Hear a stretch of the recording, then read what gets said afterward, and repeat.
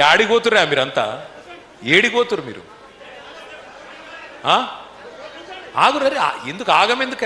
నమస్కారం అండి, this is #you. నాకు ఎందుకో డౌట్ వస్తుంది, కేటీఆర్ ఓడిపోయి కూర్చున్న తర్వాత పక్క రాష్ట్రంలో జమోరన్ చూసి ఎక్కువ ఇన్స్పైర్ అవుతున్నాడేమో అని. ఇతనే పీక్ కట్టడనే విషయం అందరికీ తెలిసిందే. గడిచిన 10 ఏళ్ళు లెక్క ఉండదంట. ఈయన కేసీఆర్ అంత మంచోడు కాదంట. సప్త సముద్రాల అవతలు ఉన్న వాళ్ళందరినీ తీసుకొచ్చి లాగి తంతాడంట. ఈ డైలాగ్స్ బట్టి టు బట్టి, మక్కి టు మక్కి ఆంధ్రప్రదేశ్ నుంచి కాపీ కొట్టిన కల్వకుంట్ల జూనియర్. మిస్టర్ కల్వకుంట్ల ఈ డైలాగ్స్ అక్కడ అవుట్డేట్ అయిపోయింది. 2 రాష్ట్ర తెలుగు వాళ్ళు జమోరీ డైలాగ్స్ చూసి యాక్తూ అన్నారు. అదే స్క్రిప్ట్ తీసుకొచ్చి నువ్వు ఇక్కడ పేపర్ రాద్దామంటే పాస్ అవ్వు, ఫెయిల్ అవుతావు. సో ఇది కాకుండా నిన్న విచిత్రంగా ఏం జరిగిందంటేనండి, పరిగిలో వీళ్ళు సబ్ పెట్టినప్పుడు జనాలు లేసి వెళ్ళిపోతున్నారు. అన్ని దరిద్రాలు ఏళ్ళ సభలోనే జరుగుతాయండి. నాకేంటో ఎంతగా నవ్వొస్తుంది అలాంటివి చూస్తే. ఇక్కడ సభలో ఆళ్ళకాళ్లే పోనీ లేసి వెళ్ళిపోయే వాళ్ళు ఎవరైనా నోరు మూసి కూర్చుని స్పీచ్లో ఇవ్వకూడదు అంటే మాట్లాడితే కూర్చోవా ఎందుకు వేస్తావా అని చెప్పి రేయండి. ఇక్కడ నెలకు 2500 యాడిపోతురా మీరంతా? ఏడిపోతురు మీరు? ఆగురే, ఎందుకు ఆగమెందుక? ఏడిపోతురు భయ్ మీరు? కూర్చోరాదా? ఏడిపోతురు, కొద్దిసేపు కూర్చోండి, ఆగమెందుకు చేస్తున్నావు? అలా లేసి వెళ్ళిపోయే వాళ్ళని మనం రెచ్చగొట్టంటే వాళ్ళకి ఏమనిపిస్తుంటే, ఏంటి నీ బోరింగ్ క్లాసు, నువ్వు వస్తావరో తెలియదు, మాకేమో 100 రూపాయలు 200 రూపాయలు ఇచ్చి తీసుకొచ్చి కూర్చోబెట్టారు, ఎంతసేపు అని కూర్చోవాలి, నువ్వు ఎంతసేపు చెప్తావు వేసేవాళ్ళు అని చెప్పి వాళ్ళ ఫీలింగ్ ఉంటుంది. ఏదో స్కూళ్ళు క్లాస్ రూమ్లో అయితే బలవంతంగా కూర్చుంటాం, కానీ ఇలాంటి సభల్లో ఏం డబ్బులు లేకపోతే ఎందుకు వస్తారు? ఏ పొలిటీషియన్కి రారు, ఇది ఫ్యాక్ట్. వచ్చినాడు తిన్న తర్వాత వెళ్ళిపోవాలనుకుంటాడు, లేదు అక్కడ కూడా ఫోర్సిబుల్గా రుద్ది కూర్చోబెడదాం అనుకుంటున్నాడు. డబ్బులు ఇచ్చినా కూర్చోలేని జనాలతో నువ్వు ఓట్లు వేయించుకుని నెక్స్ట్ టైం గెలుస్తావంటే ఎవరన్నా నమ్ముతారా? ఒక్కసారి ఇతను ఎంత కాపీ కొడుతున్నాడు ఏపీ పాలిటిక్స్ని ఒకసారి చూడండి. ఇది చూసిన తర్వాత మీకు అర్థమవుతుంది, అబ్బాయి చిన్నదొరకు సొంత స్క్రిప్ట్ అనేది లేనే లేదు. పక్క రాష్ట్రం నుంచి కాపీ కొట్టి ఇక్కడ స్క్రిప్ట్లు రాసుకుని స్లిప్ టెస్ట్లు రాస్తున్నాడని. చివరిగా ఒక మాట చెప్తా ఉన్నా. ఇప్పుడే ఒక తమ్ముడు వచ్చిండు, నేను అక్కడ కూర్చుంటే వచ్చి, అన్న పోలీసు వాళ్ళు సతాయిస్తుర్రన్నా అన్నాడు.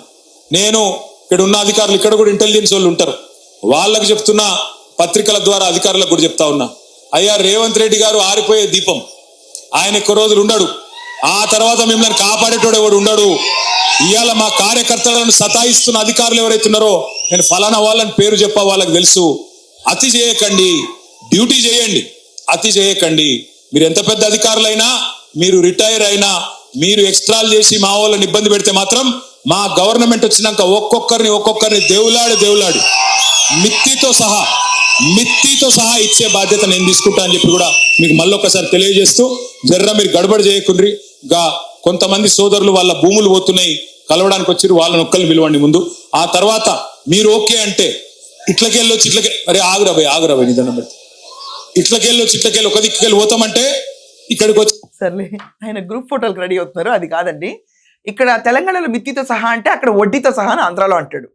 దాని తర్వాత సప్త సముద్రాల అవతల నేను తీసుకొచ్చి లాక్కొచ్చి తంత అని జగన్మోహన్ రెడ్డి అంటే, నేను లాక్కొచ్చి తంత సప్త సముద్రాల అవతలు ఉన్నా కూడా నితను అంటాడు. ఏంటి రేవంత్ రెడ్డి గారు ఆరిపోయే దీపమా? మీది మొత్తం కరిగిపోయిన కొవ్వొత్తమ్మా, అక్కడ వెలిగించడానికి ఒత్తి కూడా లేదు, అందుకని మీ సభల్లో ఎవరు కూర్చోరు. ఇంకా విచిత్రంగా రేయండి, ఇక్కడ కేసీఆర్ సభలో కూర్చొని అక్కడ నిజంగా నవ్వొస్తుందండి. ఏంటంటే రేవంత్ రెడ్డి పాటలు పెడతారు సభలో, ఆయన ఏందా బయట వచ్చి సభలో కూర్చుంటాడు అని చెప్పి ఆయన కూడా ఫ్రస్ట్రేట్ అవుతారు.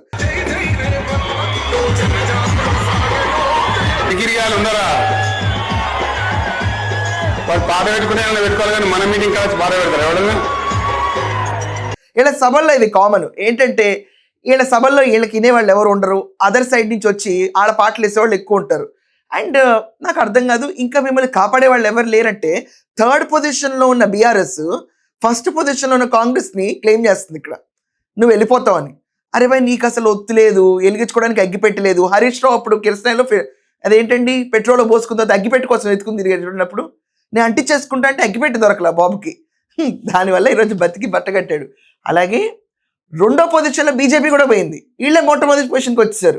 రేవంత్ రెడ్డి చెప్తున్నా, ప్రకాష్ రెడ్డి చెప్తున్నా, కాంగ్రెస్ అందరికి చెప్తున్నా, నేను ఓన్లీ సాఫ్ట్వేర్ అనుకుంటున్నారు కొడుకా, నేను హార్డ్వేర్ కూడా, నాకు కూడా తెలుసు. ఎప్పుడు మాట్లాడాలో, ఎప్పుడు ఏం చేయాలో, ఎప్పుడు గేరు మార్చాలో మాకు తెలుసు. పక్కా చెప్తున్నా, మీ అందరికి మాటిస్తున్నా, పోయిన 10 ఏళ్ళ తిరగనైతే బీఆర్ఎస్ ఉండదు.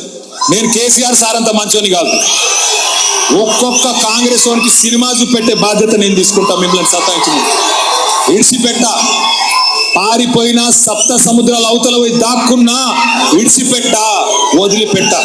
మిమ్మల్ని సతాయిస్తున్న కాంగ్రెస్ వాళ్ళు, మిమ్మల్ని సతాయిస్తున్న అధికారులు వాళ్ళకు ఒకటే చెప్తున్నా, 2 ఏళ్లలో తిరిగి గులాబీ జెండా ఎగురుతుంది, కేసీఆర్ ముఖ్యమంత్రి అవుతాడు.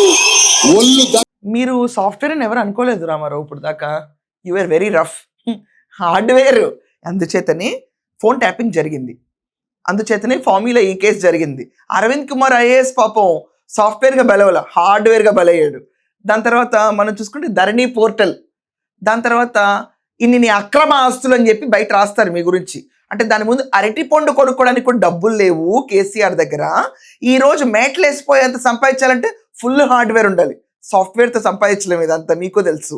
దాని తర్వాత మీ చెల్లెలు సొంతగా పార్టీ పెట్టని సంపాదించారంటే కల్వకుట్ట కుటుంబం హార్డ్వేర్, మొత్తం హార్డ్వేర్. దాని తర్వాత ఇంకేంటి బాబు మీరు చేసింది క్లియర్గా చెప్పాలంటే ఔటర్ రింగ్ రోడ్ స్కాములు. దాని తర్వాత 1 కోటికి పైగా పెన్షన్లు ఆపివేయటం, అదంతా ఈ ప్రభుత్వం వచ్చిన తర్వాత అప్లికేషన్లు పెట్టుకున్నారు. ఇది కాకుండా రైతుల సూసైడ్స్, ఇప్పుడు 0 సూసైడ్స్, ఇదంతా హార్డ్వేర్ అని అంటారు. సాఫ్ట్వేర్ కాదు. ఏంటి దాన్ని మించి ఇంకా డబల్ రేట్ ఇస్తానంటే నీకు ఎవరైనా ఓట్లేస్తారా? ఎవ్వరేయరు, గుర్తుపెట్టుకోవాలి. 1 కోటి మందిని కోటీశ్వర్లు చేయటం కాదు రేవంత్, 1,00,000 మందిని లక్షాధికారి చేయని చెప్పి పెద్ద ప్రగల్భాలు పలుకుతున్నాడు. Simple logic. 1000 మందిని వేలాధికారి చేయలేదు నువ్వు, కనీసం నీ ప్రభుత్వంలో 1000 మందిని వేలల్లో కూడా అధికారం చేయలేదు. రైతులు అయితే బోర్మని గొల్లుమని ఏడ్చారు. అప్పుడెప్పుడో మా తాతలు నెయ్యి తాగారు, మా మీసాలు తుడుచుకుంటున్నాం అనే స్థితిలో తాత చంద్రబాబు నాయుడు తెలంగాణకు తీసుకొచ్చిన అభివృద్ధిని ఈ రోజు దాకా నాకి తిన్నారు అందరూ. కొత్తగా మనం పీక్ కట్టింది ఏం లేదు. ఇప్పుడు జరుగుతుంది అసలు కొత్త డెవలప్మెంట్ అనేది. ఇంకా ఈ డెవలప్మెంట్లో నువ్వు వచ్చేసంట చూస్తావంట. సో బేసికలీ ఆంధ్రప్రదేశ్ని ఇన్స్పిరేషన్గా తీసుకుని, ఇది కాకుండా జగన్మోహన్ రెడ్డిని ఇన్స్పిరేషన్గా తీసుకుని ఏంటి జమోరేని ఈరోజు వీళ్ళు ఈ ప్రణాళికలో గులాబీ జెండా ఎగురుతున్న కాలర్ ఎత్తి చూపిస్తే మాత్రం ఎగరదమ్మా. అతనికి వచ్చిన పొజిషన్కి మీరు వస్తారు. 11 నెంబర్ గుర్తుంది కదా. ఐ ఓన్లీ ప్రే గాడ్ మరి మీరు హైపర్ లోకల్ పార్టీ అయిపోయి సింగిల్ డిజిట్లో పడకుండా ఉంటే అదే మీ ఫాదర్ కొంచెం మంచిది, పరువు మిగులుతుంది. లేదు అలాగే ట్రెండ్ ఫాలో అవుతాం, బెదిరిస్తాం, రుద్దుతాం, హార్డ్వేర్ అంటాం అంటే సింగిల్ డిజిట్ పడిపోద్ది. పెద్ద ఆయన ఇంకా బయటకు రాలేడు పూర్తిగా. సో నిన్న పరిగిలో కేటీఆర్ చేసిన వ్యాఖ్యలు చూసిన తర్వాత రెచ్చగొట్టేటట్టుందా, లేకపోతే ఒక రియల్ రాజకీయవేత్త మాట్లాడేటట్టుందా? అసలు వాళ్ళ దగ్గర అగ్గిపెట్టున్నా అసలు ఒత్తనేది ఉందా? మొత్తం కరిగిపోయిందా పార్టీ? దీని గురించి కూడా ఖచ్చితంగా మీ ఒపీనియన్స్ కమెంట్స్లో రాయండి. That's all for now. Thank you.